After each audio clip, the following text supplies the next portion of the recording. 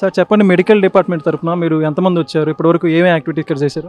Sir మేము దాదాపుగా ఒక 23 టీములు ఆయుష్ డిపార్ట్మెంట్ అంటే ఆయుర్వేదిక్, హోమియో, యునాని వారి డిపార్ట్మెంట్ నుంచి వచ్చాం సార్.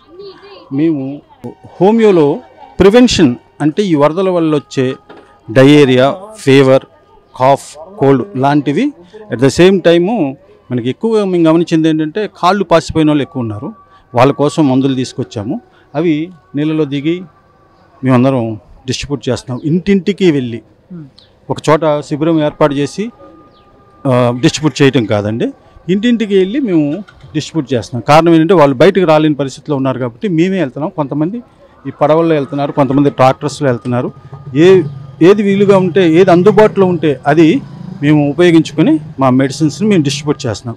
దాదాపుగా మేము ఇప్పటి వరకు 1,00,000 మంది, సుమారుగా 1,00,000 మందిని మేము మా మెడిసిన్స్ ద్వారా వాళ్ళకి మా సేవలు అందించాము. మా sir commissioner sir Rajendra Prasad గారు ఆయన ఈరోజు మళ్ళీ మీటింగ్ పెట్టి మీరు ఒక చోట శిబిరం ఏర్పాటు చేయటం కాదు, ప్రతి ఇంటికి వెళ్ళాలి, ఎవరు నీడ్ ఉందో మీరు గమనించండి, అక్కడ పోలీసు వాళ్ళని అడగండి, లోన్ ఎవరు ఉన్నారు, ఎంతమంది ఉన్నారు కనుక్కోండి, దాని ప్రకారం మీరు వెళ్ళండి. మెడిసిన్స్ అయిపోయినాయి, నిన్న మెడిసిన్స్ అయిపోయి నేను ఫోన్ చేయగానే మళ్ళీ మాకు మెడిసిన్స్ పంపించారు. ఆ విధంగా మేము ముందుకు వెళ్తున్నాము. బాగుందండి, ప్రజలు కూడా రెస్పాన్స్ చాలా బాగుంది. హోమియోపతి మందులు తీసుకుంటున్నారు, ఆయుర్వేదిక్ మందులు తీసుకుంటున్నారు. ప్రివెన్షన్గా మెడిసిన్స్ ఇస్తున్నామండి. వాళ్ళు క్లియర్గా దాని మీద రాసి ఉంటాయి అన్నమాట, ఈ మందు దీనికి పనికి వస్తుంది, ఈ మందు ఇలా వాడాలని. బాగుంది, రిజల్ట్ బాగుంది. ప్రజలు కూడా చాలా బాగా కోఆపరేట్ చేస్తున్నారు. కొన్ని ఆయుర్వేదిక్లో వచ్చేసరికి కొన్ని రకాల మందులు ఉన్నాయి.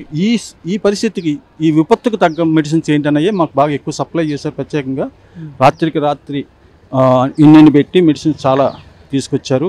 అలాగే ప్రతి డాక్టర్ వాళ్ళు సేవలు ఉపయోగించుకుంటున్నారు. తర్వాత ప్రతి కాలేజీ నుంచి house surgeons, PG students, Gudivada నుంచి homeopathy PG students, doctors, house surgeons వీళ్ళందరూ వచ్చారు. అదేవిధంగా విజయవాడ ఆయుర్వేదిక్ కాలేజీ నుంచి students means house surgeons, medical officers, PG students వీళ్ళందరూ కూడా వచ్చారు.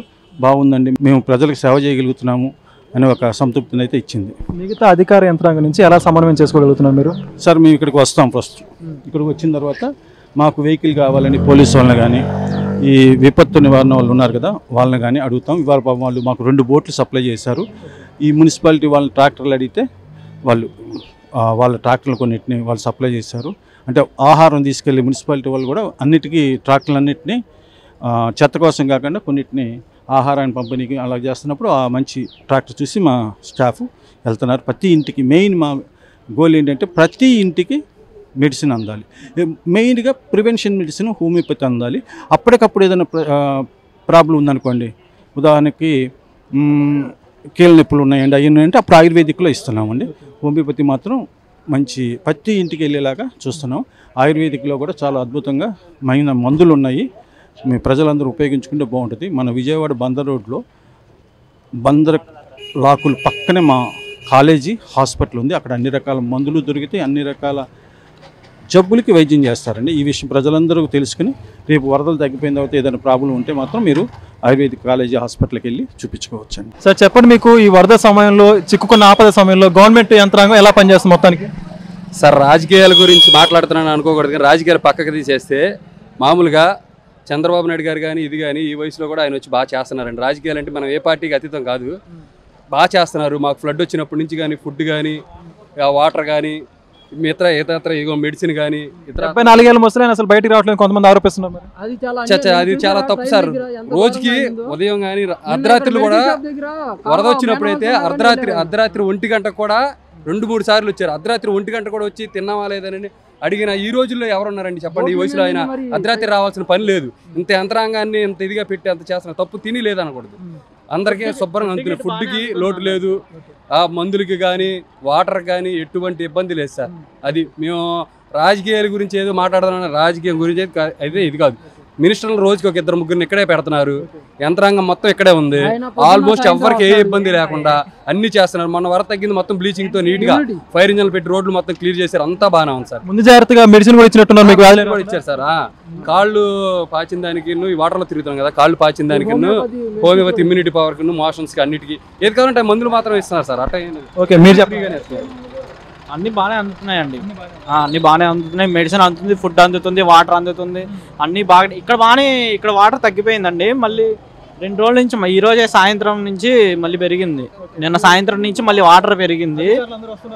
వస్తున్నారు, అన్ని వస్తున్నారు. నేను కూడా పడుకోవాలా, అధికారులు కూడా పడుకోకుండా మాతో పాటే బైకుల మీద వచ్చి ఎక్కడ పెరుగుతుంది ఏంటని అన్ని చూసారు. కూరగాయలు వచ్చి అన్ని ప్రభుత్వం చెప్పిన ధరలకు అమ్ముతున్నారు. బ్లాక్ మార్కెట్ అంటూ కొంతమంది ప్రచారాలు లేదు, తక్కువ రేటుకి అన్ని ఇస్తున్నారు.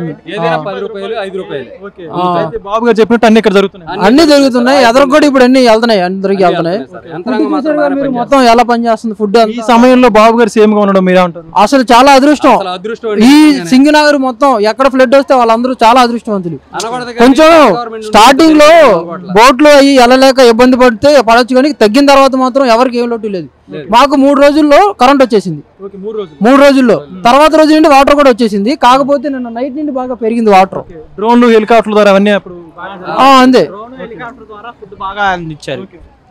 టెక్నాలజీ మాత్రం బాగా వాడుతున్నారు సార్. టెక్నాలజీ వాడి బాగా అసలు లోపలికి పోలీసులు కూడా వెళ్ళలేని ప్లేస్ లోకి హెలికాప్టర్ ద్వారా, ట్రాక్టర్ల ద్వారా, ఈ డ్రోన్ల ద్వారా మెడిసిన్ కానీ ఫుడ్ కానీ బాగానే సప్లై చేశారు. అందులో మాత్రం అసలు ఎటువంటి ఇబ్బంది లేదు.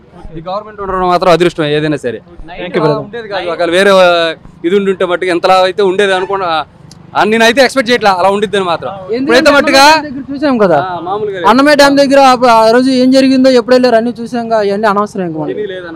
గవర్నమెంట్ మాత్రం బాగా నైట్ టైం కూడా డోర్ టు డోర్ వచ్చి ఫుడ్ సప్లై చేస్తున్నారు. ఏదైనా ప్రాబ్లంలు ఉన్నాయని మెడికల్ వచ్చి ప్రాబ్లమ్స్ ఉన్నాయా, జ్వరాలు ఉన్నాయా అయ్యని అడుగుతున్నారు. ఎటువంటి ఇబ్బంది లేదు, అన్ని చేస్తున్నారు. రాష్ట్రంలో ఉన్న ప్రతి ఒక్క వర్కర్ ని తీసుకొచ్చి ఇక్కడే దింపారు. మొత్తం ఇక్కడే డిప్లాయ్ చేసి మొత్తం పారిశుద్ధ్యం కానీ, మెడిసిన్స్ కానీ, తర్వాత కరెంట్ మాత్రం ఈ మున్సిపాలిటీ వాళ్ళు చాలా సూపర్ గా పనిచేస్తున్నారు. Thank you brother. ఓకే.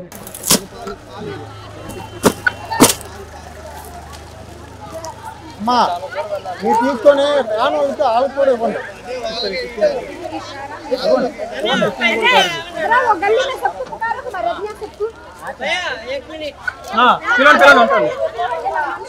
లోపల కూడా పోనీ వాళ్ళు